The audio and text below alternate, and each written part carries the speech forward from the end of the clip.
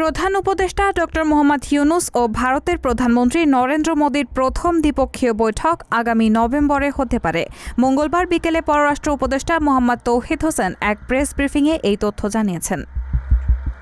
তিনি বলেন, আগামী মাসে থাইল্যান্ডে অনুষ্ঠেয় বিমস্টেক শীর্ষ সম্মেলনের সময় দুই নেতার প্রথম দ্বিপক্ষীয় বৈঠকটি হতে পারে বলে আশা করা হচ্ছে।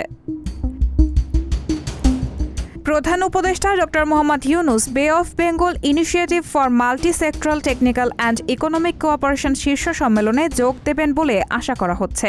সম্মেলনটি প্রাথমিকভাবে গত ৪ সেপ্টেম্বর অনুষ্ঠানের পরিকল্পনা করা হয়, কিন্তু পরে অনুষ্ঠানটি স্থগিত করা হয়।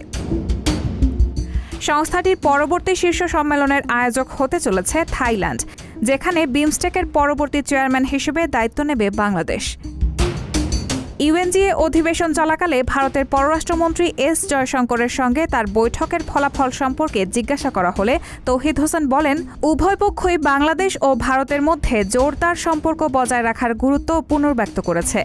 আমরা একমত যে আমাদের দুই দেশের মধ্যে সুসম্পর্ক স্থাপন করা বাংলাদেশ ও ভারত দু দেশের জন্যই অত্যন্ত গুরুত্বপূর্ণ। পররাষ্ট্র উপদেষ্টা উল্লেখ করেন, ভারতে ভ্রমণকারী বাংলাদেশি নাগরিকদের ভিসা প্রক্রিয়া স্বাভাবিক করার বিষয়েও আলোচনা করেছে উভয় পক্ষ।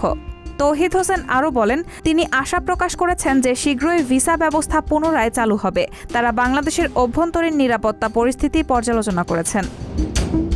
তৌহিদ হোসেন উল্লেখ করেন, আমি তাকে আশ্বস্ত করেছি নিরাপত্তা পরিস্থিতি উল্লেখযোগ্যভাবে উন্নত হয়েছে এবং সাম্প্রতিক সময়ে অন্য কোনো বাইরের দেশ উদ্বেগ প্রকাশ করেনি। আওয়ামী লীগ সরকারের পতনের পর থেকে ক্ষমতাচ্যুত প্রধানমন্ত্রী শেখ হাসিনা দেশ ছেড়ে পালিয়ে ভারতে আশ্রয় নেওয়ায় ঢাকা ও নয়াদিল্লির মধ্যে সম্পর্কে কিছুটা টানাপোড়েন চলছে। রায়হানা মুন, সবার কথা।